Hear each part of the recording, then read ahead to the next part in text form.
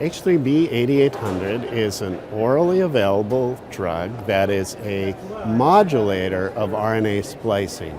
It targets the SF3B complex, and this is of interest because splicing mutations are the most common class of mutation seen in myelodysplastic syndromes, and they're also commonly observed in patients with secondary AML or with chronic myelomonocytic leukemia.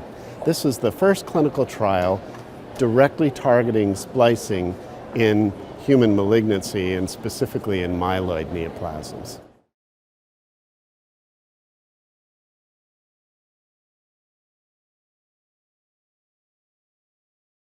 The most commonly observed adverse events with H3B-8800 were gastrointestinal, diarrhea, and nausea. This also reflected the preclinical experience with the drug, so was the expected adverse event profile.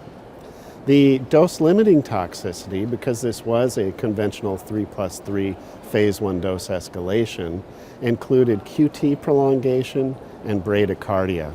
These toxicities were observed at the 40 milligram dose level in the 5-day on, 9-day off schedule, and at the 20 milligram dose level in the 21-day on, 7-day off dose schedule.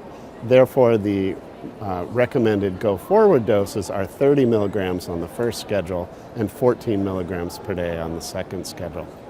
There was no difference in the adverse event profile based on the disease phenotype or whether or not the patient had a splicing mutation.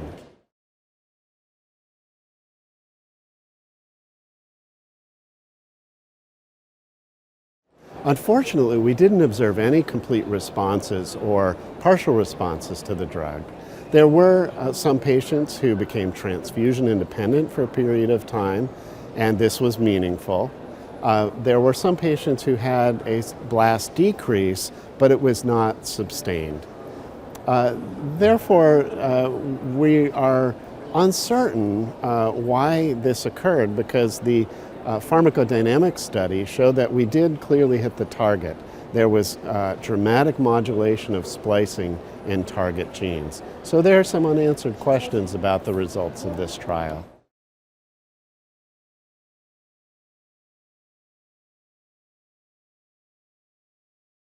We're still discussing what the next steps will be with this compound, whether additional trials might be needed in some other patient subgroup, whether there's some combination approach that makes sense, or whether, because of this somewhat disappointing result, this compound itself may not need to be studied further, but other approaches to splicing, which is a very attractive target, may need to be undertaken. And such studies are actually beginning with some other compounds.